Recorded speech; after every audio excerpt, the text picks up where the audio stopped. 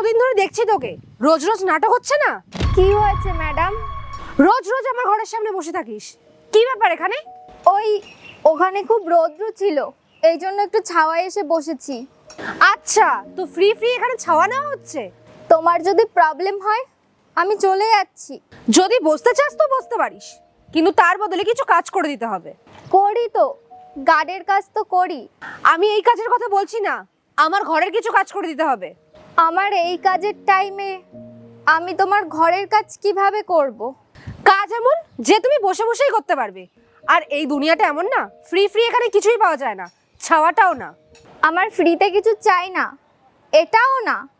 তুমি বলো তোমার কি কাজ করতে হবে। দাঁড়াও, আমি আসছি। এই নাও, এখন এগুলো করো, বাকি কাজ পরে বলছি।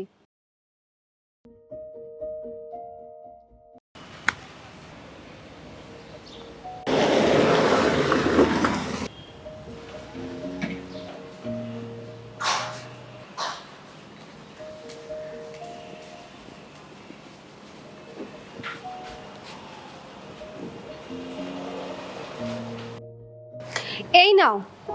এটা কিসের জন্য? তোমার জন্য, এতদিন ঘরে কাজ করলে সেই কারণে। দিদি, এর দরকার নেই, তুমি রেখে দাও। দরকার নেই মানে?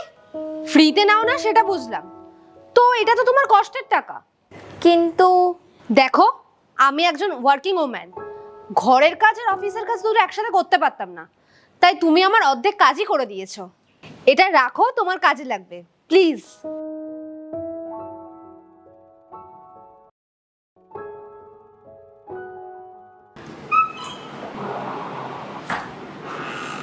তোমার মাথা ঠিক আছে তো?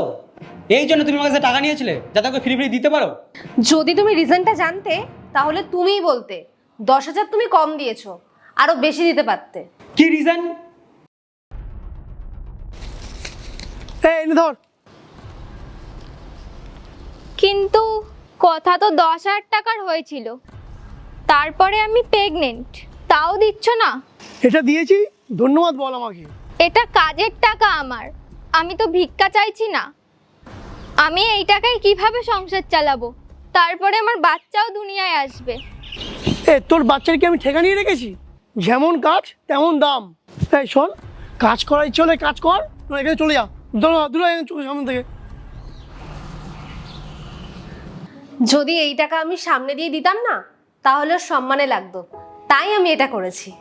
সরি, আমি না জেনে